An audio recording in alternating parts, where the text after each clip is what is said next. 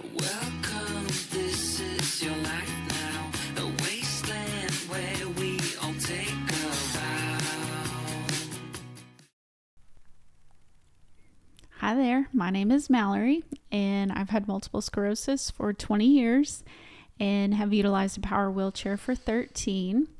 My husband and I share what our experience is like navigating a chronic illness as a family, and I have Brad joining me today. Hi there.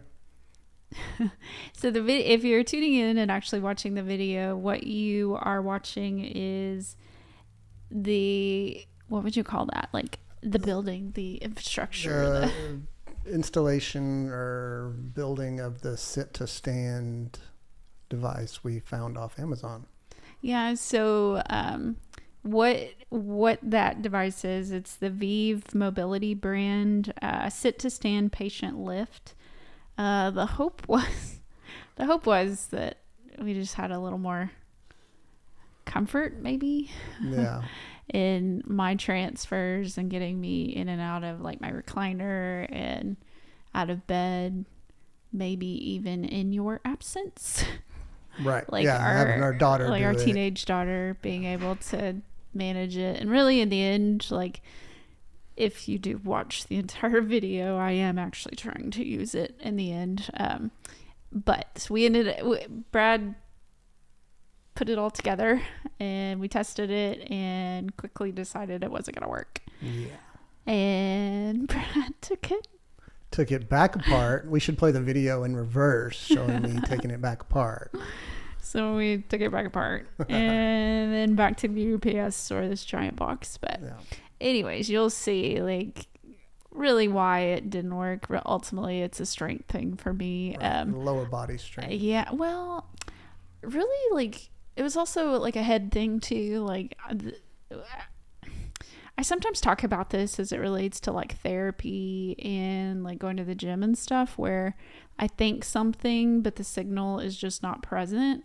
And so like I might be thinking wiggle that toe and the signal does not travel all the way from my brain to my toe. Like I'm thinking it, I'm potential, like, and in my mind, like I'll look at my toe and I'm like, I'm wiggling it, but nothing's happening. It's not moving. Right. Yeah. And so that was kind of like, I felt like I was running into the mind games thing with that device, where it was more so, was it that I couldn't let my, like, relax my knees. You couldn't relax. And that was the whole idea, is you stand up and you let your shins hit the pads. Yeah. And you didn't, like I didn't trust have I guess. I don't know. I didn't have, which you held me at certain points, right. But I just didn't have enough like know-how or mental follow-through to be able to relax my knees and let my body give to sit.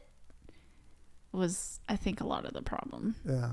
Anyways, it just sadly we tried. We tried. It would have been great if it did. And I think too, like it's not cheap. It's a $359 machine? Device. I don't know, device. What do you call that? Device. And so it's not cheap. However, it is the cheaper and more inexpensive option. Right. And I think part of the problem too is it was on wheels. Yeah. I remember that. It's just a lot of scary. Which that's the whole idea, is being able to transport somebody that doesn't have 100% use of their legs, to get them to this semi-standing position, and then roll them to where they need to go, move the little seats and set them back down. Which I was really excited about it too, because like it's a lot of work on you, because you are picking me up and transferring me, but also like steps wise. Oh yeah. It was, to get out of my recliner, it's get out of my recliner, get in my wheelchair, get out of my wheelchair, get on the toilet, get off the toilet, back in the wheelchair, out of the wheelchair into bed. And so with the transfer thing, I in my imagination like had someone just wheeling me around the house, like maybe with a beverage, with an umbrella. And like, that's where my imagination went. But anyways, we will keep doing what we were doing. So, Yep. but if you see the whole video, you are privy to seeing how it is put together and should work in a sense. But I hope it helps anyone to better make a decision whether or not that's going to be the right device or purchase for you. Because that is kind of an investment. It really a couple is. $100 on something like that. So I hope it helps someone to be able to see those pieces. But anyways, what have we been up to? So the weather Is on my side for once. Yeah. Or for the season. I'm not going to say for once, but. So the heat has always been rough on you. Mm-hmm. Yeah. I mean, initially the heat, I guess with my initial diagnosis, the heat, I was always heat intolerant. Right. And then with. You had children. Yeah. Or you had a child. And it kind of, I feel like it flip-flopped almost. It was almost like the cold was really bad on you, and the heat wasn't as bad. But I think it's all... Yeah, actually, that's right. Well, really, like, we say child, but it was, like, within the 8-month period. Because I feel like it was more like my flare-up. Okay. When I had my flare-up. The exacerbation. Is when it, like, just flipped on me. Because you remember I used to, like, sit in the sun and just, like, bask and love it. And then, so it flipped, and then... whatever reason, maybe after Lemtrada, maybe I don't know. Yeah, that's kind of so many things happened that year. But I think maybe after Lemtrada or my thyroid, because those were kind of in tandem. Right. That's when we just like full force, like cold, heat, and the rain. So but yeah, we came out of triple digit heat in Texas. So 2 or 3 months of good weather, and February is going to come around and it's going to be cold. No, we're not talking about that yet. We're not talking about, okay, sorry. We are thriving now. We're thriving. We're going to stay here. Positive attitude. Yes. I'm terribly sorry. Yes, we are thriving, which we had a ton of rain yesterday, which we were luckily able to like navigate around that because we were out and about and in the city. And anyways, I was so like kind of like stiff and meh yesterday, but then this morning first thing I was like, oh, she moves. So it's I don't know, it's always, regardless of living it as long as I have, it's always like like I don't know, amazing, amusing, I don't know what the right word is, like just to witness like a complete flip-flop right so quickly with my body. So have you explained when you say she, meaning talking about your body, not Mallory as a person, I guess? I think that's kind of how we deal as a couple. I think that's how we deal with MS and the disability itself. Like if we're frustrated, we're not frustrated at Mallory, we're frustrated at her. Yeah, because she doesn't work right. Yeah, I think that's honestly, I think in so many ways that's been helpful for me mentally. Yeah. But it like mentally when I get frustrated because I can't accomplish something, because I think what happens is like I get like I have all these admirations and things I want to do and like who I know I would be if I didn't have a heat intolerance, and so it's easier to just say she has a heat intolerance, and talk about it her as legs don't work third. So at the end of the day, like everybody in our house, my friends, my church family, like anybody can be mad at her, but nobody's essentially like technically mad at me myself. And so it just I don't know, for whatever reason it's been helpful more mentally, but I think too in raising a child through our entire journey with MS, like it has allowed us to teach our child a way to think around it. Like this isn't something that I choose. I want to get up. I want to go grab my own cup of water. Like, I don't know. It's allowed us to talk through it with our kiddo Yeah. And then also be angry about it not without being angry. I don't know. It's just allowed us to compartmentalize. Yeah. And I think that's helped a lot with our relationship. As far as that we're dealing with a disability as something separate from you, I guess, if that's a good way to put it.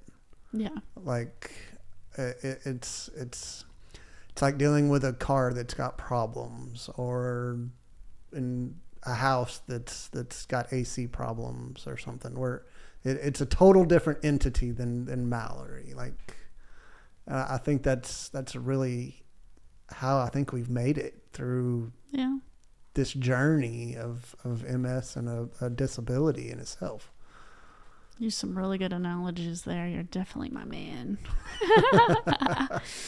I'm a sucker for a good analogy. Man, that'll teach. But yeah, I mean, that has been extremely helpful. With, I don't know, just prioritizing what's important to us and not the ball and chain. Right. Yeah, exactly. So, but we're also navigating Medicare. Oh yeah. Medicare. Oh my gosh. Like, I'm not dealing with it directly with Mallory, but like, I've walked in on her in tears. I've walked in on her upset. I've walked in on her like just so many different emotions that I've seen through the process. With her having to deal with this Medicare stuff. It's been so ridiculous. So anyway, yeah. Well, I don't know. Like, I don't even know, like, if, like, what frustrates me and makes me emotional, I don't even think has anything to do with the actual task that's at hand, like in, like, signing up for Medicare, or which I'm already signed up. Like, I became eligible for Medicare in November, or on November 1st. November 1st, you become eligible. And so I have my card. I have everything. But the problem is I don't need all of it for the rest of this year. And I also don't want to elect your insurance, commercial insurance, for the new year. But I also am in the middle of open enrollment for everybody else in Medicare. So it confuses the process. And there's also how many different forms that neither Medicare or Social Security office recognize for each other. So it's not the task that's at hand. It's that there are so many ups and downs and communication mishaps from other individuals, like incorrectly to me about the right way to proceed. And so what happens with it all is I get frustrated because I understand this world. Right. And so it upsets me because I'm like, there are people that do not have the knowledge that I have. That's what I was going to say. Like, you lived this world for 15 years. And like, I remember when Mallory was working, like when the benefits packet would come in the mail, she always got excited. She's probably the only person. Made me a little giddy. Yeah, it was super nerdy. I remember like seeing my grandmother's like Medicare open enrollment book for the first time, and I remember being like a little giddy over that. Like, Nanny, I've never seen one of these, and I've always wanted to be on the other side, so that I could better answer questions. Mm-hmm. Anyways, yeah. Yeah. So I mean, and that's you've told me that before, that as well. Like, you understand all this. How could somebody that's never worked in the medical field or the admin side of the medical field really do this by themselves? Yeah, I don't know. I just break it again. Like, it's a constant reminder, like, of the issues we have in our healthcare system. And so it frustrates me, and I also want to fix it, and I don't know how to fix it. I don't know who to tell. But I want to, like, but I also, and I don't know, it frustrates me too, because I know there's just a lot of pressure to get it right. Because I know whatever I decide to do, whatever route we take, like it's going to impact me for all of next year. Right. Financially impact me, mentally impact me. Like there's a lot to think through. And it took me 7 months, 8 months. No, I think it was August before I ever figured out and got my medication figured out. For this year. The Kesimpta, yes. And so, and so I don't know. I think all of that's festering up inside of me too, where I'm like, and that was anger, tears. It's coming.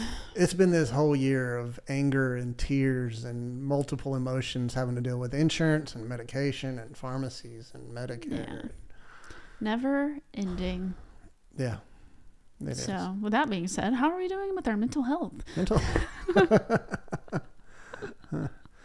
So I think we're both trying to figure out our hobbies. Yeah, that's true. So I guess last year we bought a pellet grill, and I'm trying my hand at smoking briskets. I think I've made 3 so far, and I got a really good compliment the other day that this was the best one that somebody's ever eaten in their life, and I'm like, and well, I was just about to say, like, good. We've gotten around like to the comfort level where we're like inviting close friends that we would appreciate their honest feedback. Right. But like inviting friends to have some, or allowing friends to have some. That's probably better. Do I even feel like this is good enough? Well, it's like we want to keep them as our friends. Right. I don't know. We are texting. I'm sitting here pondering. I'm like, even if we offered crummy brisket, would they still be our friends? I mean, yeah. I think so. I believe so, too. Yeah.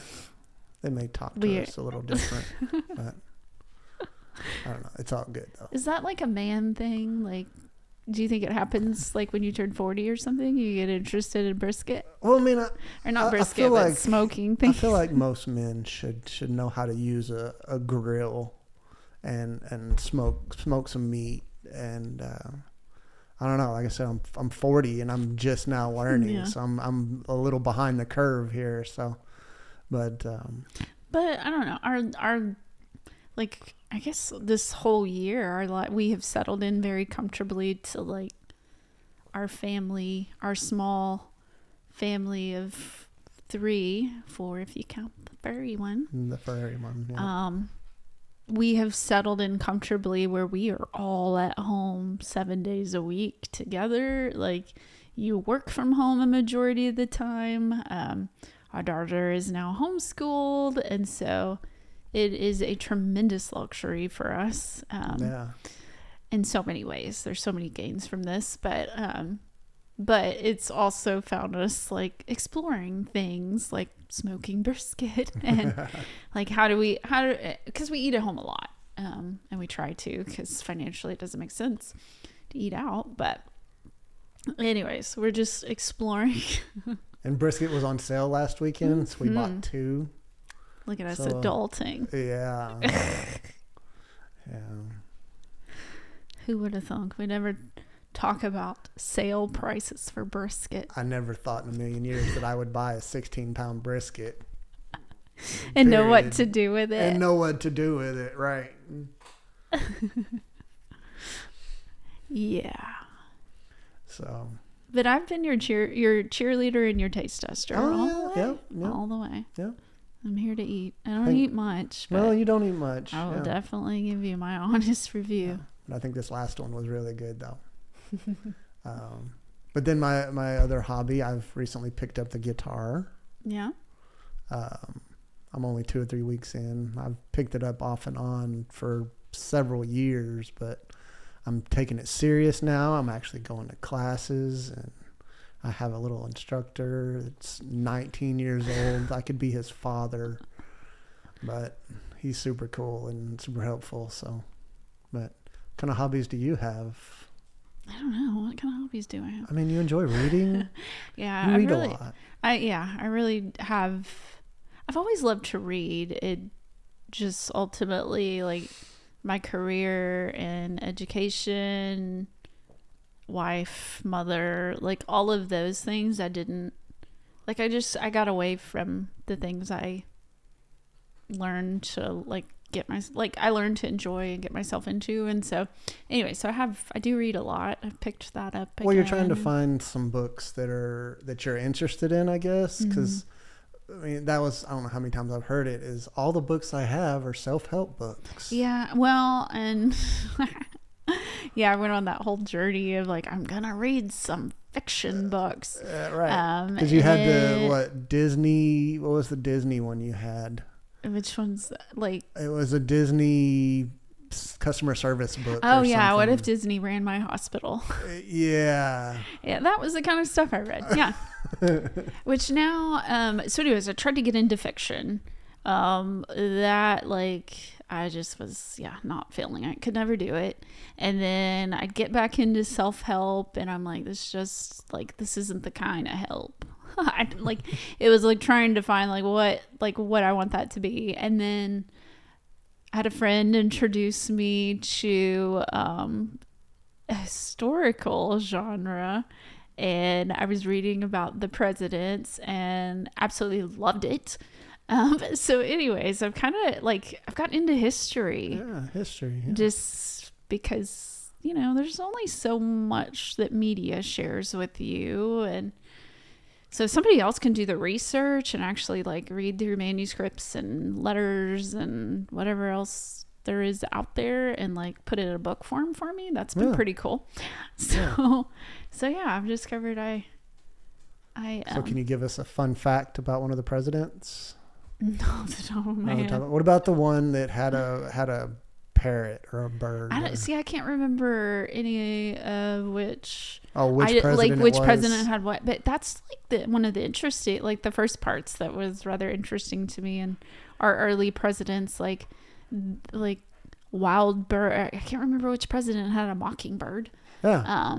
The most obnoxious bird ever. But had a mockingbird living in the White House. The White House with him, that was his pet. But there are a few of those. I remember one pet alligator that stayed in a bathroom. Anyways, but I can't remember which presidents these belong to, and this isn't a history lesson, but anyways, but that was, I don't know, it was just kind of interesting facts that useless but pretty peculiar. We did have some presidents that loved to go swimming, a few that like to go swimming in the Paloma River. Oh, okay. Some in the nude. I know, that was part of. I guess if you're the president, part of their routine. If you're the president, you can do whatever the heck you want. I mean, they were probably in a very, very wooded, I'm sure, and rural area then. But anyways, but I don't know. I've gotten into reading, but I think ultimately the reason why we're talking through hobbies is we've found mental health wise that I don't know, just maintaining a hobby, trying to stay physically active. I'm just saying trying. Well, I mean, we both struggle when it's triple digits because our gym is in a warehouse, I guess, kind of, where there's no air conditioner. Mm-hmm. So it gets a little warm in there, even with the fans and the doors open and stuff like that. So, which we did, we fluctuated this, we push going to the gym. I wasn't meeting with my trainer during the triple digits, and just because it was so hot during lunchtime and throughout the day. And so we pushed going at 8 p.m. in the evening, and we went as a family, and you helped me, and we didn't stay in a very good routine on that. No, we didn't. I don't know, but the heat though for me is it's just as much a mental struggle, because everything with my body, everything feels like I'm got bricks stripped to my body. It's even sometimes challenging to breathe. A lot of it just requires a lot of thought, but the thinking as well, I find it harder to organize my thoughts, and just because I don't know if it's because I'm so uncomfortable or because of inflammation or what the case is, but it's just, it's overload at the max. Yeah. In triple digits. And then, we'll see it again in the winter, but I hold out and see how it goes every year. But I think that's too, like every season is different. Like, right.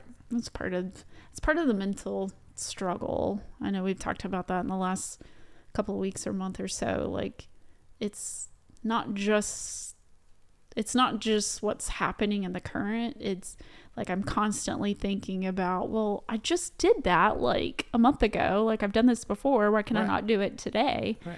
And so you do have your old self just as recent as maybe, yesterday. I had an old self yesterday. Right. Everything was heavy and it was raining and beer. Yeah.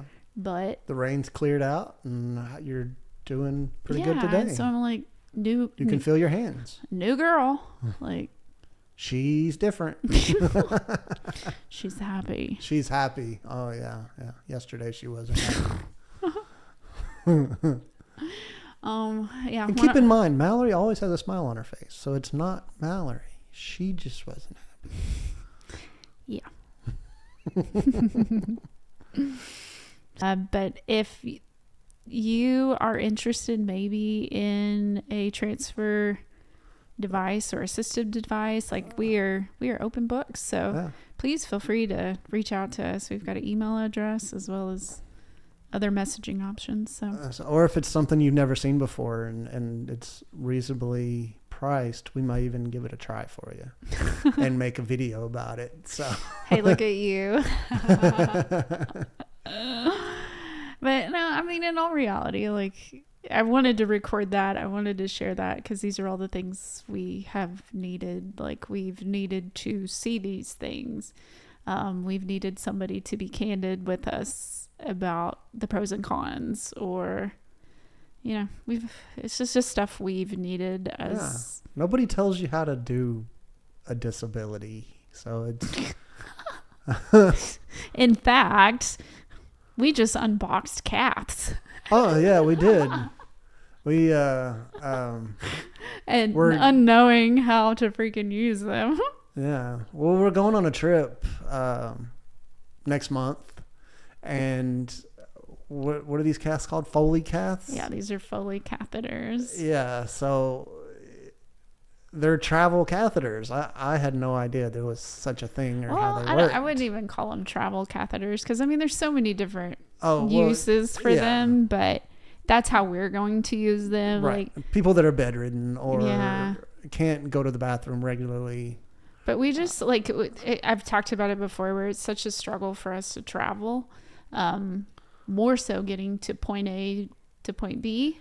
Without having to. I think our last trip, we found Walmarts. We were looking for Walmarts. Yes. Walmart always has the family bathroom. Yes. So, and the whole point of a family bathroom is, one, yes, I can transfer. I could probably do it by myself, but it's very unsafe, very sketchy, and I feel very uncomfortable. And I know you do. And so anyways, we just like to be able to go in a stall together. But it is so much work to get me in and out of a vehicle. And we're in Texas, so we can end up in some rural spaces, but there's almost always a decent guarantee that there's going to be a Walmart around, but you also don't know the size of that Walmart. Like, there's a very large genre of Walmart sizes, if you didn't know this. And so it makes it kind of challenging, especially when we're doing like a 9-hour road trip. And so the Foley catheter was maybe, we haven't tried it yet. Yeah, we'll see if maybe it works. An option. But of course, how that works is they just throw these are samples to get us started. And so how that works with our supply company is they throw some samples in a box and ship them to you. And so we're, of course, like unboxing them, trying to figure out what we're looking at. Like, oh, they sent us like 7 or 8 of them. No, it's just all the stuff it's that just goes the with supplies for like 2 catheters. Yeah. So anyways, lots of Google, lots of YouTube is your friend. Yeah. Well, it's a lot of information on the YouTube. So anyways, there's not a right or wrong with, or direction sometimes. Like there's nothing sometimes in the medical supply. Yeah. Accessibility device world to teach us or tell us right from wrong or useful to non-useful. And so, yeah. So that ultimately, that's why I wanted to be able to share it's not, I keep wanting to say installation, but building the building the sit to of, stand device. Yeah. Yeah. And how well it did not work for me. But anyways, that's all we had for y'all. Thanks for watching. If you're enjoying the content we're creating, please remember to subscribe to us on YouTube, follow us on Facebook, Instagram, and TikTok, and find us wherever you can get your podcasts.